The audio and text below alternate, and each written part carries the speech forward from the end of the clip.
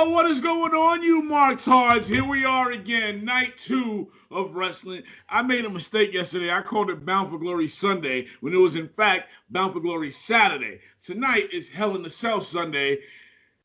And that's the right track. That's the right track, Matthews. You're okay. You're due for a fuck up here and there.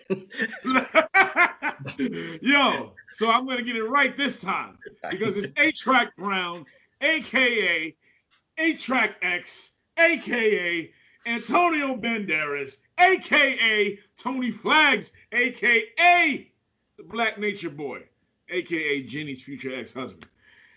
And with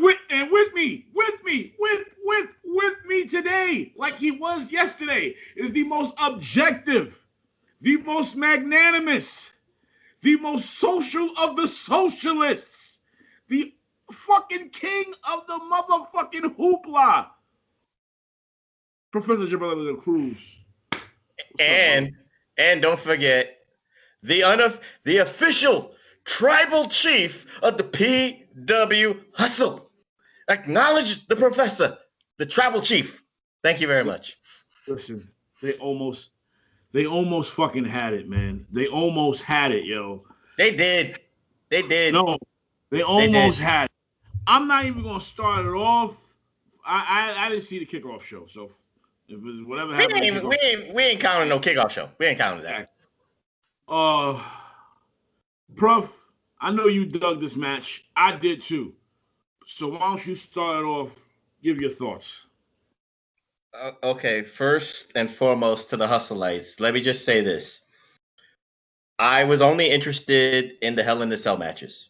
Going into this, I didn't care about anything that had to do with Jeff Hardy. I didn't care about the real quick. I'm very glad you said you cared about the Hell in the Cell matches. Go ahead, continue. Okay, talk about that. I didn't care about the alternate stuff, except maybe the Money in the Bank thing, because I was kind of curious on that one. But everything else, I didn't care. So we're already going with lower expectations. So I'm being objective here. So now let's get into the Hell in the Cell matches.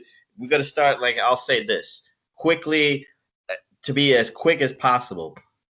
The Hell in the Cell matches delivered in every different scenario. It wasn't the same type of Hell in the Cell. Yes, I'm talking about. You could talk about the chairs. You could talk about the props. I know everybody's gonna have their little prop segments. I got that track. I'm not gonna deny that. But the feel. I'm gonna say the feel of it was very different for every Hell in the Cell match. And if we're gonna talk about what started off the Hell in the Cell, the I Quit match, Tribal Chief, all this stuff with Roman Reigns and Jey Uso. I looked at it in a very like precarious way. I looked at it very visual. I looked at it very emotional. I looked at it with the family scenario, the annoyed bloodline. I mean, if you looked at all that scenario track, I'm not saying this was a perfect match because there's only one fuck up.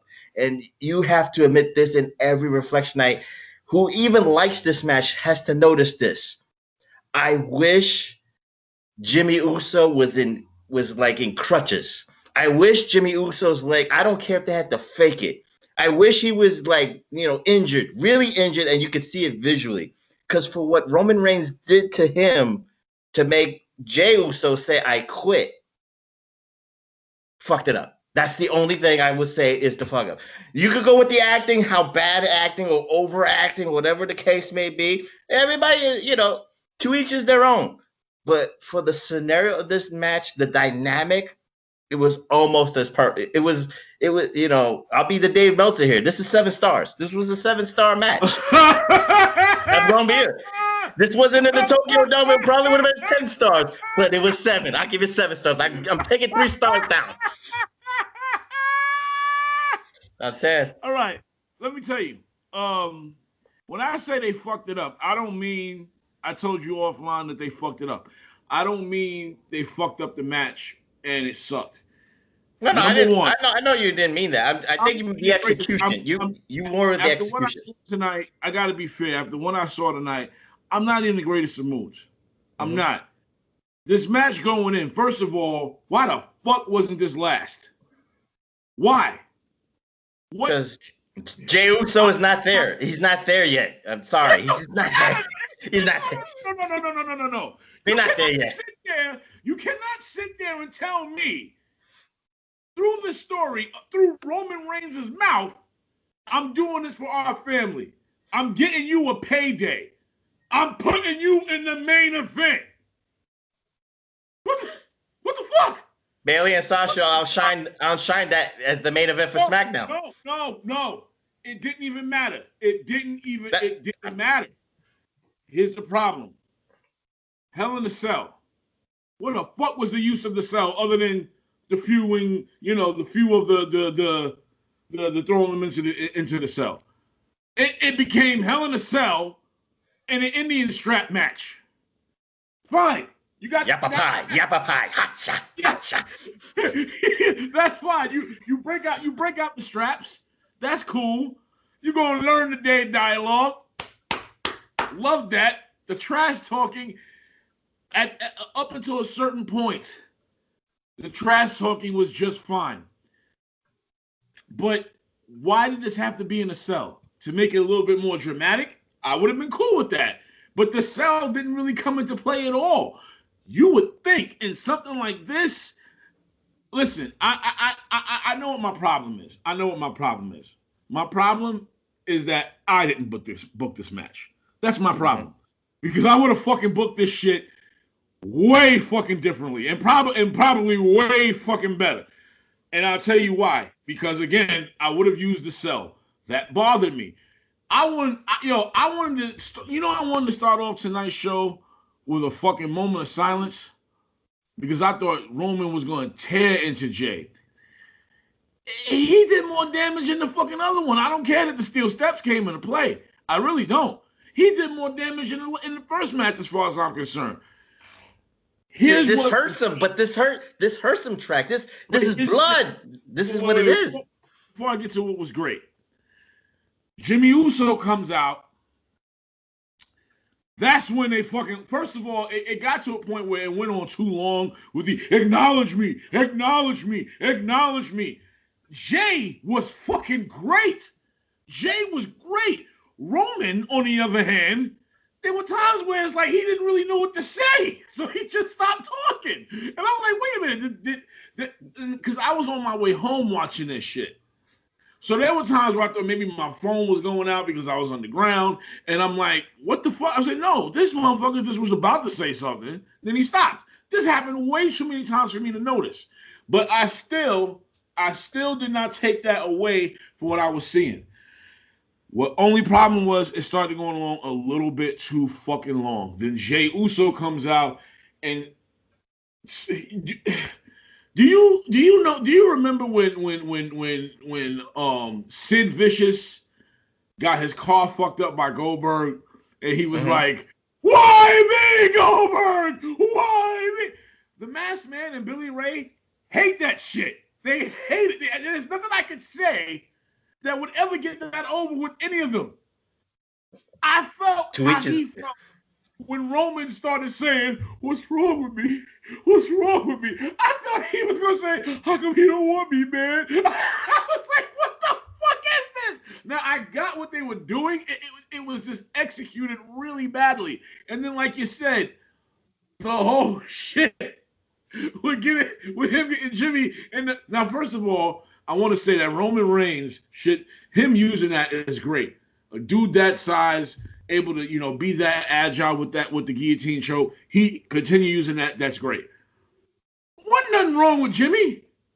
No, there was something wrong because again, visually, Jimmy was 100%. He's running down there, just trying to show empathy. Wanted Roman to show empathy. There's nothing wrong. If Jimmy was in crutches, visually with what Roman wanted to do, if Jimmy was in crutches and had a brace and forced Jay to say, "I quit," there is the only fuck up visually. Jimmy was 100%. I was laughing a little bit because when Jimmy was getting in that triangle choke, whatever you want to call it, did you see the camera? Kevin Dunn, you got to give Kevin Dunn props here because you saw the help me, Jay.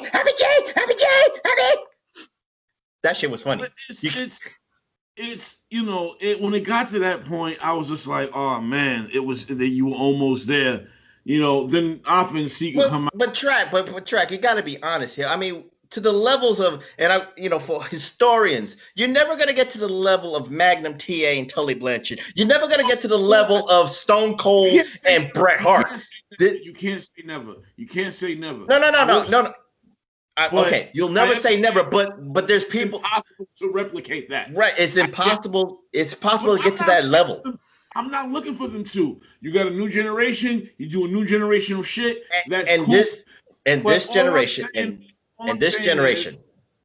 generation. I'm sorry, Trek. This match is so different because it's not only personal, but it's all with the family blood. It kept consistent with Roman Reigns wanting to be this tribal chief, and to have Alpha and Sika there, that was really good. Really saying, giving not only the cosign, but nothing. They didn't even object to Roman what he did. Nothing. They did not object. This is what he had to do. This is what he had to actually fight this from himself. He wanted to beat the shit out of Jay. He was so close. Deep into Samoan history, and I'm going to find out there was some historic battle between two Samoans to be the chief. But and I get why you have these issues with it, but I'm saying that's why it's almost as perfect as it is. But visually, the Jimmy part was the thing that fucked me up. That's all I'm saying. Here's the thing that wasn't it for me. There was a lot of things. This match was a great story, but it wasn't a great match. No. There wasn't really too many moves involved in this shit. But for what it was, it would have been a great match had they incorporated the cell. So you could have had a great match with a great story. You had a great story. This is the deleted scenes from Hobbs and Shaw that we didn't see when fucking they fight each other. That's what it is. I still gave the match itself. A 4. It was still cool. It was still good. And, it was still fucking good. I enjoyed it, but it was just those things that bothered me. And the fact that, the whole cell, the use of the cell didn't really come into play like it should have. At least I wanted it to. I wanted Roman to fucking destroy it. I wanted to see blood. I wanted to see blood. When you're doing something like that, let us see some blood. But I can see coming out, put the lay on, you are the tribal chief or whatever. That was good. That was good cherry on the Sunday right there. So opinion, great story, okay match, overall enjoyable. Something that, when they talk about this in the WWE history books, you can look at it and be like, that shit was kind of brutal, But again, keep this shit going because this shit better end up with The Rock. Well, all this, because that's another thing. Let's just say, because it's Friday, they're probably going to have the tribal ceremony.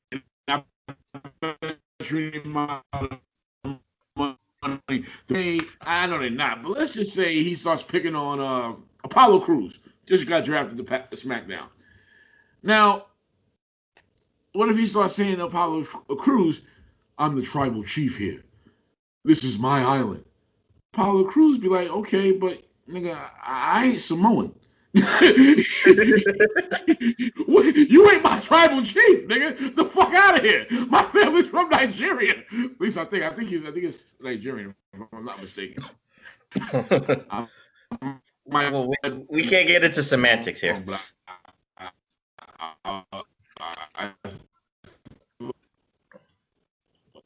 To anybody who's not Samoan, say you the tribal chief, unless you're saying the Samoans are the ones who run this motherfucker. Okay, that's fine. That's fine. And all I'm saying is tribal chief for the family. No. Tribal chief for the family, but big dog for the this is my yard. Everybody got to acknowledge the yard part for SmackDown roster. If that's the route they're going, fine. What do we have next? Do you want to just Hell in a Cell matches, or you want to talk about the other matches? Because I don't really care about the Cell, because that shit that happened with Elias and Jeff Hardy with no build or minimal build. It's fine that they played off the shit that happened before, so I can't say it doesn't make sense. But I don't give a fuck. We don't give a fuck. So moving on. What's the other Cell match? Well, the only thing that was interesting because of the Friday Night SmackDown, Law and Otis got, they had a conclusion. They fought for the Money in the Bank contract, and I guess everybody, Twitter was trending. It was number 9. Why Tucker? Why? Hashtag Why Tucker? Why? He betrayed his best friend Otis, and the Miz got the contract back. It's funny. 2010, he had the contract. 2020. He's got the contract again. Yeah, so. But could you help me understand what the fucking point of this was? I think it was an experiment gone wrong. That's what it was. I think Vince McMahon liked what he saw with Otis and Tucker with fans. He wanted to reward that with the Money in the Bank, and probably thought that with fans in the building, he could do things with Otis and Tucker with the briefcase.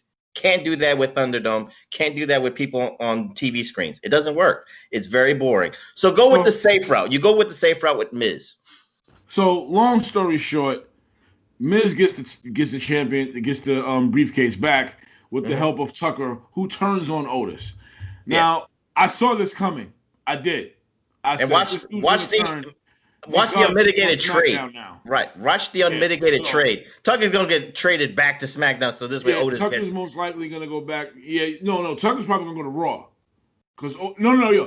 Tucker might go back to SmackDown, or Otis might go to Raw, because they might reunite him with Mandy Rose. Who knows?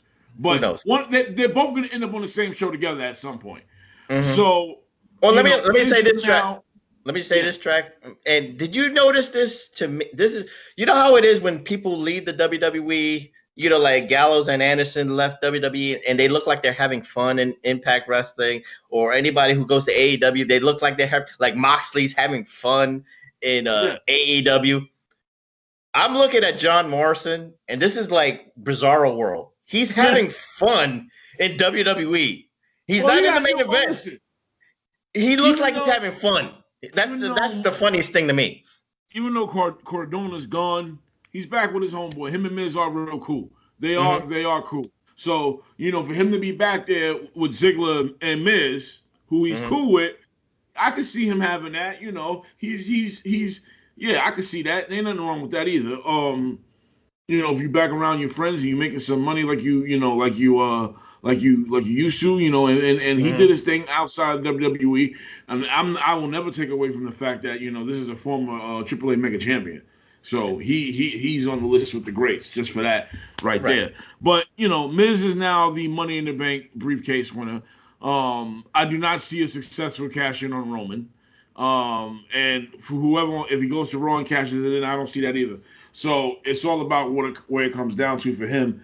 When and where will Miz cash in that Money in the Bank? I don't see it happening anytime soon. I thought it was going to happen actually tonight. I looked at it. The placement of Drew and Randy Orton. We'll talk about that a little bit later. But I was shocked. I was shocked myself. You do have Bayley versus Sasha Banks, and pretty much the match that stole the show. Yes, I don't know if we could say, because we were there. I can't say they top NXT TakeOver Brooklyn. I'm not going to ever say that. But they didn't. It was a different variation. It was a different variation to their long-standing rivalry. It's up there. That's all I'm going to say. With Sasha, no fans. Listen, I say straight up and down, my wrestler of the year so far right now is Asuka. But I'm not. The thing about Sasha, she goes in, man, and she's Big Mac Sasha. She is Big Match Sasha. And I went in there and I said, Sasha, when I went into this match looking at it, I'm like, Sasha, please do not fucking kill yourself, because Sasha's gonna pull out all the stops. She's going to try to steal the show in the fashion of her idol Eddie Guerrero. She's gonna go out there and try to steal the fucking show. And God damn it, her and Bayley did it, because her and Bayley fucking have great chemistry and being friends, and that's always a good thing. So we saw it all in this motherfucker.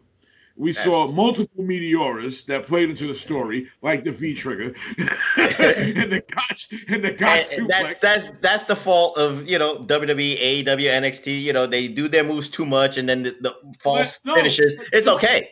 This is Hell in a Cell. She was going all out. Every Meteora spot she did was spot on. Pun intended. It was great because every time she did it, you went, oh, and you went, oh.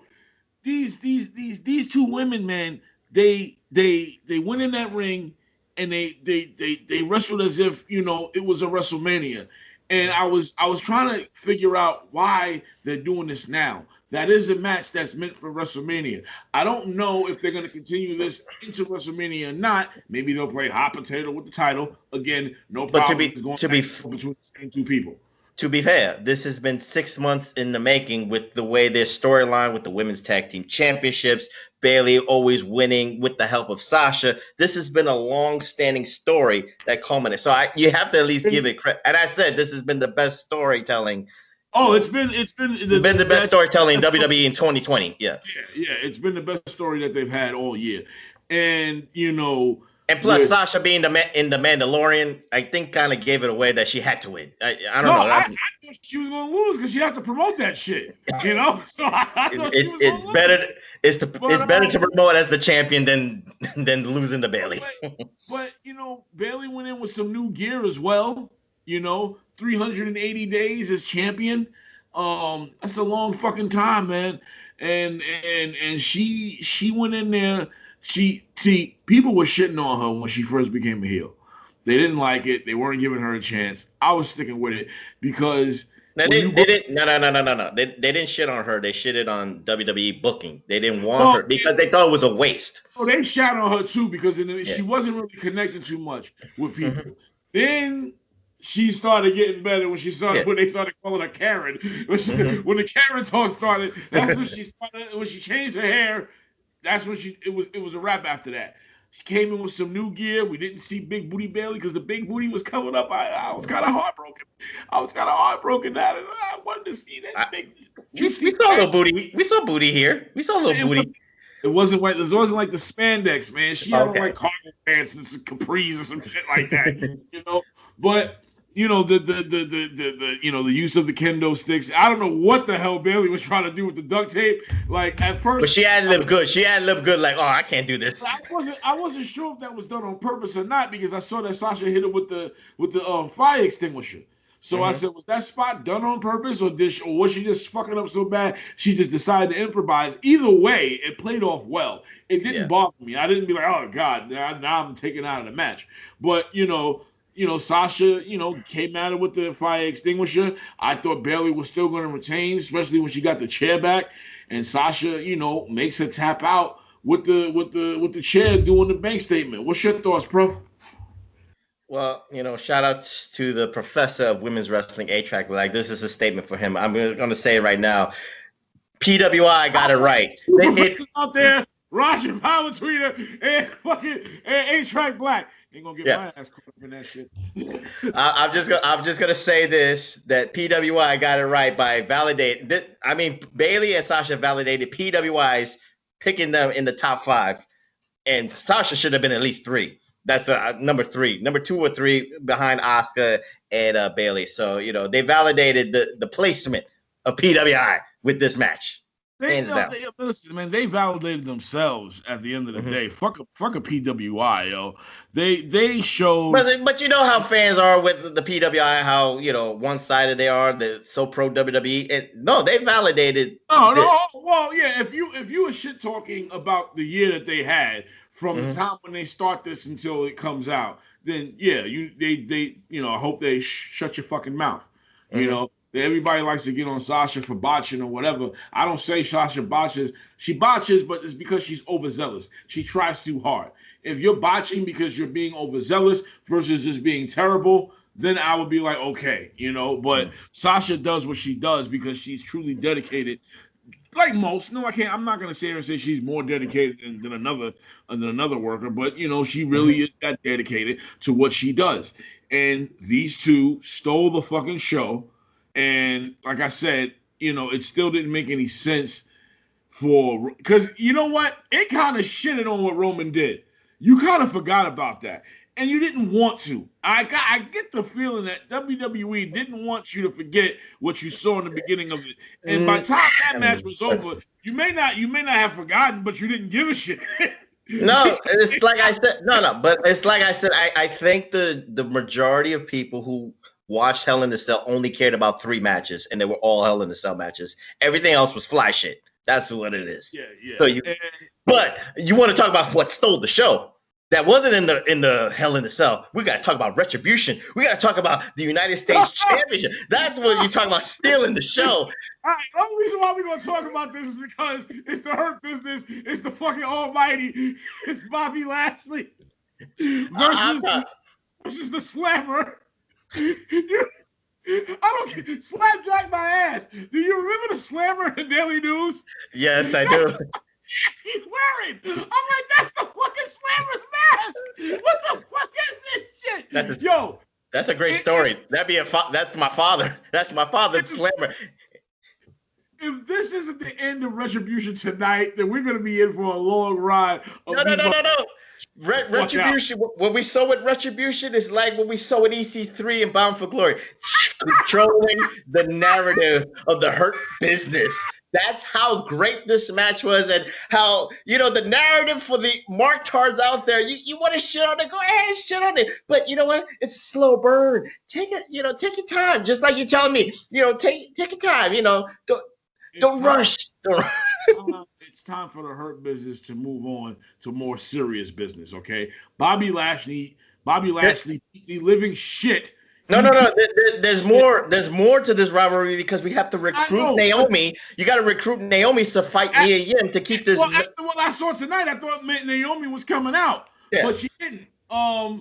If they're gonna do that, then fine. But this has to end because now it's not even so much about the Hurt Business in general as it is. Well, it's not so much about Retribution as the Hurt Business. I want them to move on to something better because this is Here's how funny. Here's how you want to talk about booking, or you want to talk about how I would have booked it.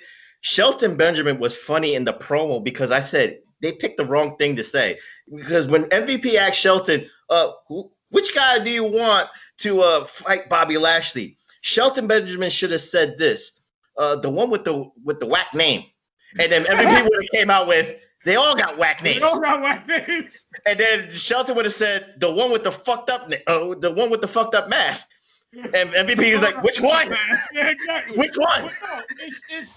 It's they're becoming a parody of themselves at this point. No one gives a flying fuck about this shit. We always said it. We've always said it, and we'll keep saying it. It's worse than Aces and Eights. This is going down as the worst faction ever, even worse than the Core. Okay, this is not. If I didn't know any better, you mean the oddities were better than the oddities were better because at least they was a comedy act. What is it? Is this supposed to be comedy? I'm laughing every time I see this, so I'm having fun.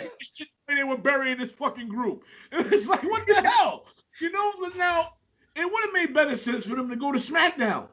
It really would have made better sense for them to go to SmackDown at this point. But it would have made sense that they didn't get drafted for technicality purposes, and they should have been on both shows. That was the only fuck up. That's the real legitimate fuck up. That's all. The other legitimate fuck up is the goddamn names and the fucking actual shit they give these people to fucking go out there in these stupid fucking masks. Listen, I know that Mia Yim is not too high on a lot of WWE fans lists or NXT fans lists, but as a wrestling fan, there's a lot of us that know goddamn well she could be doing a hell of a lot better than what she's doing right now. So, Lashley makes quick work of Jerk Off, whatever the fuck his name is. Slapjack. Yeah, Twisms, whatever. At the end of the day, the fucking Hurt Business can't be beat in these mean streets. That's all that matters. They can't be. You know how Retribution gets their retribution by picking on Ricochet, beating up Ricochet. That's all. I want a quick rebound, but I have a feeling they're gonna have his corny ass be with the Retribution, and his corny ass belongs with that corny ass group. So the name is perfect for Retribution, Ricochet. Yeah, Ricochet. Or they can call him Finger Line. But Finger bag, yes, I love it. Main event. Oh God, listen. Is this why you're mad with the result of this? Because Oh, again, yeah. this is this. Yeah. Okay. I'm gonna tell him why I'm mad. I'm gonna Go, tell him go. why I'm mad. I'm gonna tell him why I'm mad. I'll be quick. I'll be quick on this one, and then I'll let you get on your diatribe. I said again, all these were the 3 matches I was interested in, and every Hell in a Cell told a different story, and you got what you wanted. They used the Hell in a Cell as a prop for everything that they needed. And I was actually more shocked that Randy Orton, at his age, at his stature, even agreed to climb up to the top of the cage. I was like, he's really doing this? He's really doing this. And and the only thing I would have marked out for if he tried to do the RKO to the commentating table. If they moved that commentating table just a little bit, like 5 foot more, he would have tried that RKO. But other than that, it was a decent match, and I was more shocked that Drew didn't keep the title and then lose it to Miz when he won the excuse me, the Money in Bag cash. Go ahead, Track. Oh. Yo, I'm no longer watching Raw until this shit is over with. Until Randy Orton's fucking title reign is done, I am no longer watching Raw. I will check out a Hurt Business clip on YouTube because the only thing that's interesting right now. And if the professor links me to an Oscar match, I'll watch that shit too. Mm-hmm. You muted your mic. Oh, okay. Randy Orton is the most boring fucking wrestler. The most boring. Listen, this fucking guy, I can't say he hasn't had his share of matches that people will consider classics. That is fine. This motherfucker is boring. He is boring. You see, John Cena gets a rise out of me. So I can't even say that the man is boring because he got emotion out of me. And I guess I'm getting emotional right now, you can say, because I'm really fucking angry, but not because this dude is like so fucking whack and he keeps getting these opportunities. He is so fucking boring. He keeps getting these fucking title reigns. Is it the match or the promo? Title reign. It's everything. Oh, I'm 14 fucking title reigns. All of which have been boring as fuck. Well, with Christian, it was kind of good. Christian was good. Against Christian was good. Made that shit what it was. Not him. I'm just saying. That was a fucking mistake. And we know why. Because Vince doesn't like Christian's face. What are you, a homosexual? You want to date him? Is Randy blowing you for these 14 fucking title reigns? I don't want to say he's got that Hollywood face. He was in the Marine or whatever that movie was. He was in the Marine. He's Hollywood. WWE Studios. They love him. He belongs in the motherfucking factory, the performance center, training the next generation of people. Randy Orton needs to fucking retire. I'm not sitting through this shit. And you take the fucking... You had this man fight Drew Galloway 4 fucking times. Not only 4 fucking times, he beats the shit out of these legends with the exception of Blueface Christian, because he's not a legend yet. But he beats the shit out of these legends. They get their payback, and then he gets his payback? What kind of heel storytelling is this? Since when does the heel get his fucking revenge? He's a legend killer. You gotta kill the legends. Yo, listen. I cannot sit through this shit. I am not. I am so fucking done with Randy fucking Orton. I won't. Drew Galloway was this intense dude who was an ass kicker. He didn't even like. But he didn't lose. He didn't lose cleanly. He lost with a. There was a reason he lost because he fell off the cage. He gave it his all. It doesn't even matter. He fucking lost, and he lost it to Randy Orton. The most boring fuck. You know what? That's why I was surprised that Drew didn't keep it, so this way Miz could beat him. But I don't know if you would be happy with that either. I don't know. A pay-per-view ending with Miz as champion would have had me jumping up and down in this fucking review for joy. Okay. For joy. Y'all would have saw me in my underwear running back and forth. Mrs. Champ, Mrs. Champ! I wouldn't have minded that. But what I do mind is another fucking boring ass Randy Orton title run. I don't want to see who he feuds with.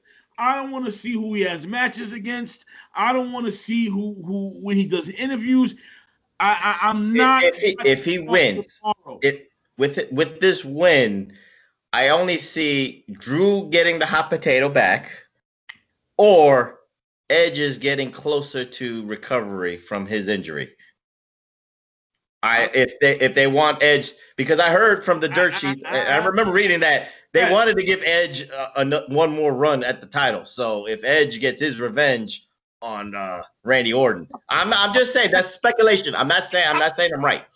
For Randy Orton as a consolation prize, but I'm not sitting through this shit. Not watching Raw tomorrow. I'll see y'all on SmackDown. Whatever I don't see on YouTube, I ain't seeing on live TV. I'm not. I can't. I won't.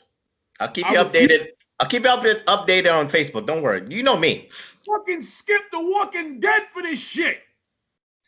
I skipped The Walking Dead for this shit. Right now, I should be editing my Walking Dead reaction. But I skipped it because I don't give a fuck what anybody thinks who's subscribed to my channel. PW Hustle stands for Pro Wrestling. So Pro Wrestling will always take a front seat to anything that I do on this channel. But I could have been watching the fucking Walking Dead. I could have been watching Morgan do some ill shit. But instead, I had to sit through Randy Orton's boring-ass match so Randy Orton can have another boring-ass title reign. 14 of them. You notice, Hustleites, that he has a bigger reaction to this than Slapjack and Retribution and Mustafa Ali. Just think about that. As they should be. If they got enough sense to know Slapjack should not be beating Bobby Lashley, then they should have enough goddamn sense to know that Randy Orton's title reigns generate no fucking money. None whatsoever. And anybody who tells you different is a goddamn liar. I'm sure someone will try to find the data. They'll find the finances for you, so this way they can prove to you that at least some of the 14 title reigns made money. Bro, listen to me. You have bear witness. You have bear witness to this. I have not given this company shit like that in a long time. They've been doing things that I've been happy with. Not everything is good. You know, we will acknowledge you can't get everything you want. You're not. But when there's something you really don't want, that you really was hoping that you wouldn't have to see again, it's hammer time. Fuck that shit. I'm assuming that because of Randy Orton, this Hell in a Cell out of 10, you took points away. I can tell that. So many fucking points, it ain't even funny. Do you know what I give Hell in a Cell? Do you know what I give Hell in a Cell? 4. A fucking 4. Exactly. I do it. Exactly. Tell them where they can find you, Pro, so we can get the hell out of here so I can watch the fucking Walking Dead and eat my quiche. And by the way, Hustleites, I gave this a 7.5 because of the 3 great Hell in a Cell matches that, you know, a moot point. But you can find me on PROF, PW Hustle, aka Professor PW Hustle. And you can find me on the Podbeans at PW Hustle Networks, where I host, along with Tommy Wonder, the nostalgic part of the PW Hustle shows, the Pro Wrestling Reflection Podcast. Hey, yo, you can find me at 8-Track Dastardly. That's track with no K, only a C. Don't forget, like the professor said, PW Hustle Networks. We on Podbean. We got the Destino podcast, All New Japan. They talk stardom. We got the Ridiculously Random podcast with Fame Black, Harlem Weissong. We got Big Ray on this shit, bro. Big Ray. So y'all go there. Y'all check these shits out. Y'all check out these shows. So the Sex Guys gonna be coming at you soon, I hope. The Masked Man out there partying with fucking AOC didn't invite me. Oh yeah, the Masked Man AOC today. Send us pictures, bragging. Yeah. I'm too busy preparing. Took your woman away from you. You know what that means? Now the sex gods is up in the air. I don't know if the sex gods will exist anymore after the betrayal, after the hurt. First, the masked man stabs me in the back, and then on top of that, Randy Orton gets another fucking title reign. That's 2 daggers in the chest. Well, in all fairness, it's 2020, so something has to get you mad at something. Yeah. Blame it on 2020. That's all. Blame it on 2020. Blame it on 2020. Yo, HIAC Brown, the Professor, PW Hustle, Black on Brown Throwdown. Like, comment, subscribe. That fucking notification bell shit where I still whatever. Just hit that shit. Yo, I gotta smoke something, get rid of this shit. I got some warm quiche waiting for me in the oven too, man. That shit, I'm so fucking done. Fuck up. See you, Raw. I'll be back. I'll be right there for Raw for you, Hustleites. Don't worry about it. Not me. Fuck Raw.